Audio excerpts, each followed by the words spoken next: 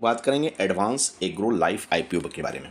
तो ये आईपीओ कैसा है, अप्लाई करना चाहिए या नहीं करना चाहिए, उसकी क्वेश्चन का भी आंसर मिलेगा। फंडामेंटल देखेंगे, वैल्यूएशन देखेंगे, जीएमपी देखेंगे, सब्सक्रिप्शन रेट है, सभी चेकलिस्ट को हम लोग चेक करेंगे। चेक करने के बाद डिसीजन एंड पोजीशन आप लोगों को बताएंगे कि क्या करनी चाहिए, हमारी पर्सनल राय। चलिए फ्रेंड्स, शुरू करते हैं। तो सबसे पहले देखेंगे एडवांस एग्रो लाइफ, जो कि अगर आप देखेंगे सेकंड ट्रेडिंग डे हो चुका है, यानी 30 से आ चुका है आईपीओ, और ये 3 अक्टूबर तक चलेगा। 3 अक्टूबर एक दिन 2 दिन की जीएमपी इसमें ऐड हो चुकी है। थर्ड डे आज हॉलीडे है, तो 3 तारीख को इनके जीएमपी के पोजीशन बचे हुए हैं। इनके प्राइस बैंड को देखें तो 100 रुपीज़ की प्राइस बैंड आ रही है और जीएमपी 12 का चल रहा है और जीएमपी लगातार बढ़ता हुआ दिख रहा है। और भी सब्सक्रिप्शन जो हुए हैं 1.87x सब्सक्राइब हो चुके हैं। नेक्स्ट पॉइंट अगर इनका देखें, जीएमपी 12% के हिसाब से बढ़ते हुए ये जो जीएमपी का स्टेटस है करीब 2 अक्टूबर 25 6:34 का स्टेटस ये देखने को मिल रहा है। तो 12% के जीएमपी के हिसाब से ठीक ठाक बढ़ती हुई दिख रही है। 10 के ऊपर जीएमपी आती है तो एक क्वेश्चन साइज होता है एक इन्वेस्टर को, स्मॉल इन्वेस्टर को अप्लाई करने के लिए। तो उस हिसाब से इसको देख सकते हैं, जीएमपी में पास होती हुई दिख रही है। जीएमपी के बाद नेक्स्ट चेकलिस्ट है हमारा सब्सक्रिप्शन रेट। सब्सक्राइब कौन कौन कर रहे हैं, किस पोजीशन पे आ रहे हैं। फर्स्ट डे का सब्सक्रिप्शन देखिए, करीब करीब 0.42x सब्सक्राइब हुआ था। सेकंड डे को कम्युनिटी मिलाते हैं तो 1.87x सब्सक्राइब हुआ है। तो करीब करीब 2 गुना से ज़्यादा सब्सक्राइब हो चुका है, यानी ओवर सब्सक्राइब सब्सक्रिप्शन पे जा रहा है। एम्प्लॉय कोटा के अकॉर्डिंग देखेंगे 2.48x सब्सक्राइब हो चुका है एम्प्लॉय कोटा में। रिटेल जिसमें जिसको लेना है, हम और आप हैं, उसमें अगर बात करें तो रिटेल में 0.58x सब्सक्राइब हो चुका है।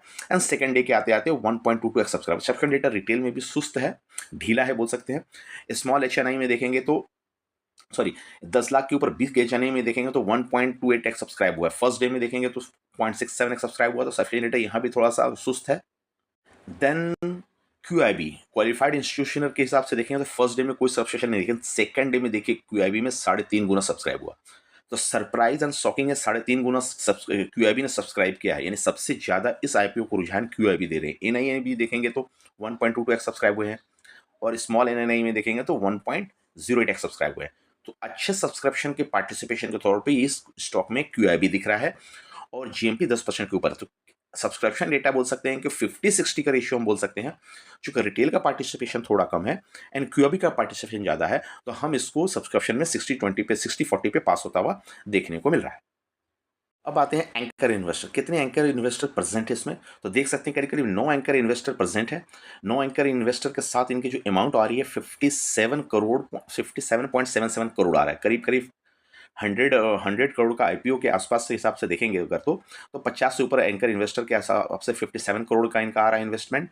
एंड एंकर इन्वेस्टर में अगर देखा जाए ग्रुप एंड ईटीटी, बहुत बड़े ग्रुप इसमें देखने को नहीं मिल रहे हैं। तो उस हिसाब से एंकर इन्वेस्टर का लिस्ट को हिसाब से देन हम लोग इनके रिव्यू एंड रिकमेंडेशन के हिसाब से कौन ब्रोकरेज हाउस का एनालिसिस क्या है वो देखते हैं अगर। तो यहाँ पे देख पा रहे होंगे ब्रोकरेज हाउस में 3 के अप्लाई के हैं। वन में कहना है कि में अप्लाई में 0 है, न्यूट्रल में 2 हैं, अवॉइड में 0 है, नॉट रेटेड में 1 है। तो अगर हम न्यूट्रल को भी मान लें अगर, तो मे अप्लाई की परसेंटेज करीब 50% के हिसाब से अप्लाई आते हैं, न्यूट्रल में 33% आते हैं, नॉट रेटेड में 16% आते हैं।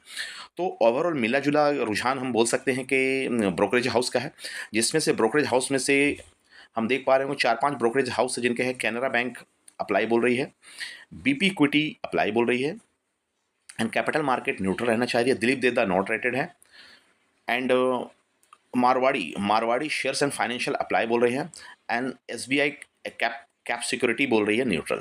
तो उस हिसाब से मिला जुला रुझान बोल सकते हैं सब इस आईपीओ को लेकर के, एडवांस एग्रो आईपीओ के लेकर। उस हिसाब से इसको देख सकते हैं तो 50-50 का रुझान इसमें देखने को मिल रहा है रिकमेंडेशन रिव्यू के थ्रू ब्रोकरेज हाउस। अब आईपीओ के इंपॉर्टेंट डेट पे आए तो 3 को ये आईपीओ 30 को ऑलरेडी ओपन हो चुका है, 3 को क्लोज हो रहा है, यानी 2 वर्किंग ट्रेडिंग सेशन का इसमें सब्सक्रिप्शन आ चुका है। आईपीओ का प्राइस बैंड ठीक ठाक दिख रहा है 95 टू 100 रुपीज़, यानी अपर प्राइस बैंड 100 पे आप अप्लाई कर सकते हैं। आईपीओ की साइज देखेंगे तो एक स्मॉल साइज में देखने को मिल रही है। 192.86 करोड़ की आईपीओ की साइज दिख रही है, जो कि पूरा ही फ्रेश है, आप लगाने जा रही है पैसा, एक अच्छी चीज़ है। फेस वैल्यू 10 के ऊपर आ रही है, एंड डिस्काउंट एम्प्लॉय के लिए 5 रुपये का दिखने को मिल रहा है। देन आईपीओ के प्रमोटर होल्डिंग की बात करें, प्री आईपीओ में 99.84% प्रमोटर होल्डिंग है। तो अब मोटी मोटी बात है कि 199 करोड़ करीब मोटा मोटी लगाने जा रही है। उस हिसाब से आईपीओ का आफ्टर वैल्यूएशन कितना प्रमोटर होल्डिंग आएगा आप कमेंट्स में बताइए, डेटा अभी अवेलेबल नहीं है। ये कंपनी जहाँ तक देखे 1998 की कंपनी है, उस हिसाब से देखें तो 26 साल करीब करीब हो गया इनको इंडस्ट्री में। अदर एग्रीकल्चर प्रोडक्ट सेक्टर से 192 करोड़ की आईपीओ से पैसा जुटाने जा रही है। अब 192 करोड़ में ये पैसा कहाँ कहाँ लगाएगी? 192 करोड़ में देखेंगे तो 135 करोड़ रुपया वर्किंग कैपिटल के तौर पे लगानी जा रही है, और बचा हुआ 192 में से पैसा करीब करीब बोल सकते हैं कि करीब 50-55 करोड़ के आसपास, तो ये जनरल कॉर्पस पर्पज से लगा रही है। तो वर्किंग कैपिटल ही सभी का की लिस्ट होता है कि पैसा लगाने के लिए, तो वर्किंग कैपिटल के तौर पे ये कंपनी लगानी चाहिए। तो वो भी बोल सकते हैं कि ठीक ठाक पोजीशन है कि पैसा आप लगा रहे हैं और वर्किंग कैपिटल के तौर पे यूज़ कर रहे हैं, कहीं हम डेट कहीं चुका रहे हैं, तो एक अच्छी की पॉइंट इस हिसाब से निकल करके आ रहा है। अब आते हैं इनके बिजनेस के बारे में, ये करती क्या है और बनाती क्या है। तो Advance Agro Life agro chemical company है, यानी एग्रो केमिकल सेक्टर हमने बताया, एग्रो केमिकल एग्रीकल्चर से अदर प्रोडक्ट के हिसाब से सेक्टर इनका manufacturing of the wide range of products, products बनाती है and to support the entire crop life cycle, product बनाती है क्रॉप के लाइफ साइकिल को पूरी सपोर्ट करने के लिए, should be use for the growing cereal and vegetable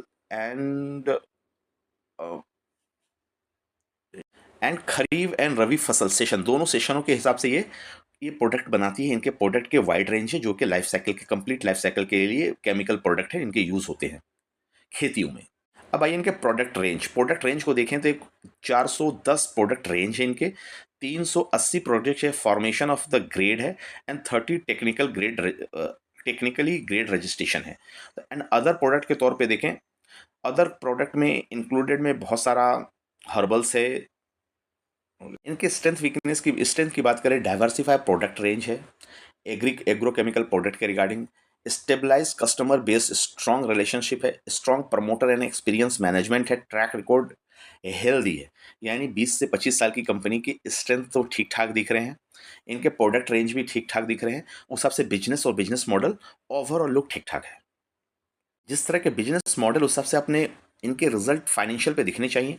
तो फाइनेंशियल पे हम लोग आ गए हैं, देख सकते हैं कि यहाँ रेवेन्यू जो 10% के हिसाब से बढ़ रहा है एंड पैट आपका 4% के हिसाब से बढ़ रहा है between the financial year March 25 और 24 के कंपैरिजन करने के बाद।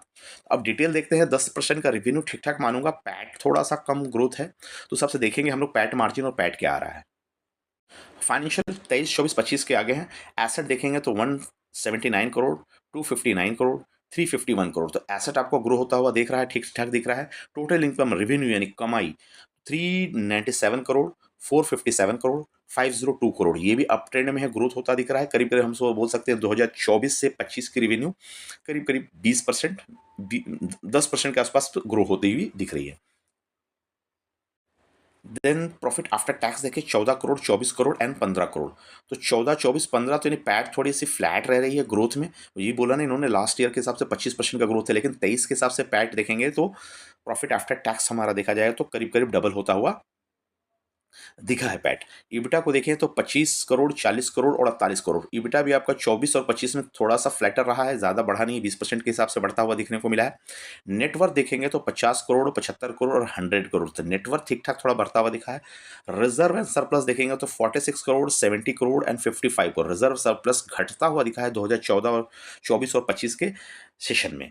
तो अब यहाँ आते हैं कि यहाँ पे आपका टोटल बोरिंग उधारी कितनी है। टोटल बोरिंग पे नजर डालें तो 25 करोड़, 45 करोड़, 80 करोड़, टोटल बोरिंग भी बढ़ी है। तो यहाँ पे कंसर्न बोलेंगे कि टोटल बोरिंग आपका बढ़ी है और रिजर्व एंड सरप्लस यहाँ घटा है। तो यहाँ देखेंगे किस हिसाब से बढ़ा है, तो यहाँ देखेंगे कहीं इनसे लेकर के इनको पैसा चुकाया गया जैसा दिखता है मुझे।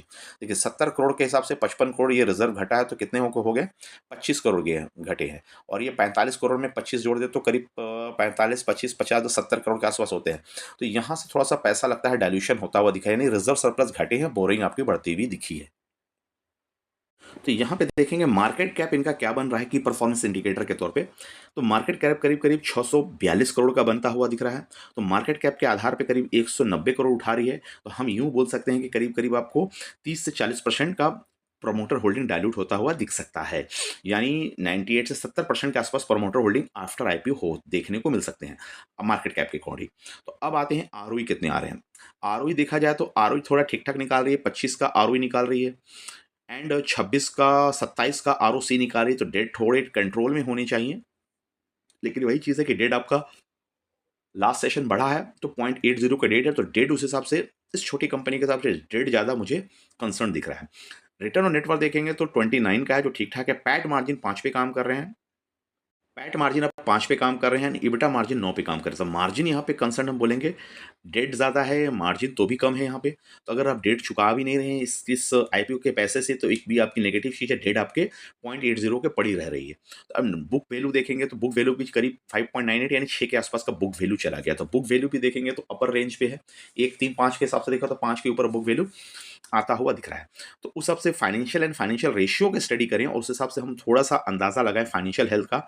एक लाइन में बोल सकते हैं थोड़ा सा डेट मुझे प्रेशर और परेशान आगे इसके मार्जिन को और प्रेशर कर सकता है। चूंकि 5 का मार्जिन ऑलरेडी चल रहा है, डेट को इंटरेस्ट चुकाना है आपको, तो वहां मार्जिन आपके कॉम्प्रेस हो सकते हैं। तो ना वैल्यूएशन कंसर्न पे आते हैं तो ईपीएस क्या निकाल रही है। प्री एंड पोस्ट के हिसाब से तो 5 का ईपीएस 5.7 एंड 3.99 का ईपीएस हो जा रहा है। पी देखिए 17.55 था और 25.07 हो गया। तो पी बोल देते हैं तो भैया कि वैल्यूएशन भी तुम्हारा 20 से ऊपर जा रहा है। एग्रो केमिकल के हिसाब से 20 से ऊपर का ईपीएस तो एवरेज के ऊपर है। तो बहुत सस्ता पी नहीं है। अब इस पी को 25 के पी को कॉम्पिटिटर से देखना पड़ेगा क्या आ रहा है। देन एडवांस एडवांस एग्रो लाइफ लिमिटेड के ईपीएस 5.7 के आ रहे हैं। इनके कॉम्पिटिटर देखेंगे तो नेक्स्ट कॉम्पिटिटर आ रहे हैं Dharmaj Dharmaj corporation grade limited. दूसरा है insecured card India limited, herbal industries limited, PI industry limited and Sharda corporation chemical limited. तो उस हिसाब से 4-5 इनके पेयर्स हैं एज पर आरएचपी और डीआरएचपी के अकॉर्डिंग। जिसमें ईपीएस का अगर अंदाजा लगाएं तो 5.7 इनका ईपीएस चल रहा है। तो इनका ईपीएस सभी से ऑन एन एवरेज बोल सकते हैं। धर्माज के हिसाब से 10 का ईपीएस है एंड इंसेक्ट साइड के हिसाब से 48 का ईपीएस है। अब हम सीधा आते हैं पी पे। इनका पी हमने जैसे बोला कि 25 के पी पे आप ला रहे हो, ठीक है। आप अपने अपने आईपीओ 25 के पी पे ला रहे हो एंड कॉम्पिटिटर का पी 34 का है, 16 का है, 34 का है। तो ऑन एन एवरेज देखें तो आपका पी थोड़ा सा पेयर के थ्रू कंपैरिजन में कम दिख रहा है, लेकिन ओवरऑल इससे कम दिख रहा है। लेकिन अगर बोला जाए तो पी 20 के रेंज के ऊपर है एग्रोकेमिकल के हिसाब से, प्रोडक्ट के हिसाब से। तो उस हिसाब से पी आप देख सकते हैं। रिटर्न ऑन नेटवर्थ देखिए हमारा पी एग्रोकेमिकल का, एडवांस एग्रो का 29 का आ रहा है। इनके कॉम्पिटिटर का आ रहा है 9 है, 13 है रिटर्न ऑन नेटवर्थ। तो रिटर्न ऑन नेटवर्थ के मामला में तो इनका थोड़ा बढ़िया है, सभी कॉम्पिटिटरों से लीड करता हुआ दिख रहा है।